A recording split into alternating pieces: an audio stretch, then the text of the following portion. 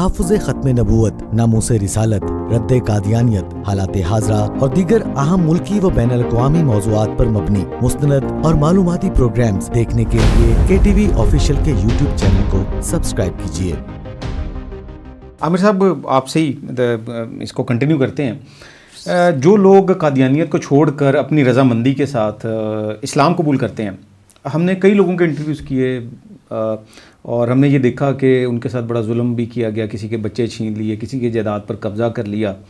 آپ کا اس بارے میں کیا خیال ہے؟ جو لوگ قادیانیت کو چھوڑتے ہیں، آپ نے بھی چھوڑا، اتنا اہم فیصلہ کیا زندگی کا، آپ کے ساتھ کیا سلوک رکھا قادیانی جماعت نے؟ دیکھیں رضا صاحب، بات یہ ہے کہ قادیانیت جو ہے نا، جس طرح پہلے میں نے بات کی کہ یہ ظلم، جبر اور بربریت کے اوپر یہ کلٹ کھڑا ہے، اور جو لوگ دائرہ اسلام میں آتے ہیں، میں ہوں یا جو بھی ہے، میں اپنی بات کرتا ہوں کہ میں آپ کے سامنے بیٹھا ہوں۔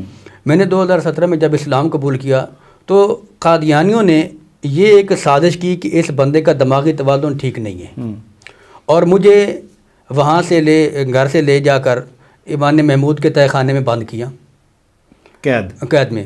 وہاں پہ انہوں نے ایک جو مینٹلی طور پر مجھے ٹارچ کیا، اور قادیانیوں نے جو مجھے انجیکشن یا جو وہ اپنا ٹریٹمنٹ کرتے رہے، کیونکہ میں ان کا مربی تھا، پیدائشی طور پر مجھے ماں باپ نے قادیانی جماعت کی تبلیغ کے لیے وقف کر دیا تھا۔ انہوں نے قادیانی جو کلٹ ہے، اس نے اس وقف کو بنیاد بنایا، اور بنیاد بنا کر مجھے جناب نگر روا کے قید خانے میں ڈال دیا کہ یہ ہمارا مربی تھا، اور جس کو آپ نے وقف کیا، ماں باپ بھی ان کے ساتھ کھڑے ہو گئے، بہن بھائی رشتہ دار سب ان کی طرف کھڑے ہو گئے کہ واقعتاً اس نے جو مرزا غلام قادیانی کی زندگی کو پڑھنے کے بعد اس کے اوپر لعنت ڈالی ہے، تو اس کا دماغی توازن ٹھیک نہیں ہے۔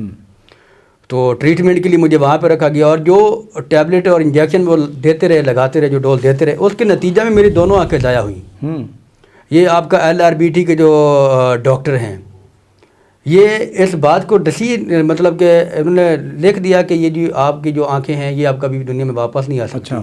اور سٹل میں آج بھی دونوں آنکھوں میں، سرگودا سے ڈاکٹر ظہیر قریشی صاحب ہیں، ان کے آئی اسپیشلسٹ ڈاکٹر ہیں، یہ LRBT کے پروفیسر بھی رہے ہیں، تو آج بھی میں دونوں آنکھوں میں انجیکشن لگواتا ہوں۔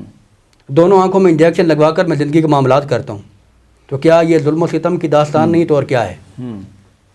صرف ایک نہیں، بے شمار۔ پھر انہوں نے وہاں سے جب مجھے میری دونوں آنکھیں ضائع ہوئیں تو قادیانیوں نے ایک بڑا بویلا کیا کہ دیکھیے جی، اس نے مرزا غلام قادیانی کو سچا نبی ماننے کے بعد چھوڑا تھا، لعنت ڈالی، تو یہ مورد عذاب الہی بن چکا ہے۔ اچھا، اب اس کے اوپر اللہ کا عذاب نازل ہو رہا ہے۔ اسی اثنا میں جب میں تقریباً 2 ماہ اور 15-20 دن نبی نہ ہونے کی حالت میں رہا، یعنی کہ جو بندہ بات کرتا میں اس کی بات کو آواز سے پہچانتا، شکل نظر نہیں آتی، بالکل بلائنڈ ہونے کی حالت میں رہا۔ لیکن اللہ نے یہ محض کرم کیا، اور اسی مطلب کئی بار پہلے بھی یہ سوشل میڈیا پر بات آ چکی ہے، تو اسی اثنا میں مجھے اللہ کے نبی جناب محمد رسول اللہ صلی اللہ علیہ وسلم کی زیارت بھی نصیب ہوئی تھی، الحمدللہ۔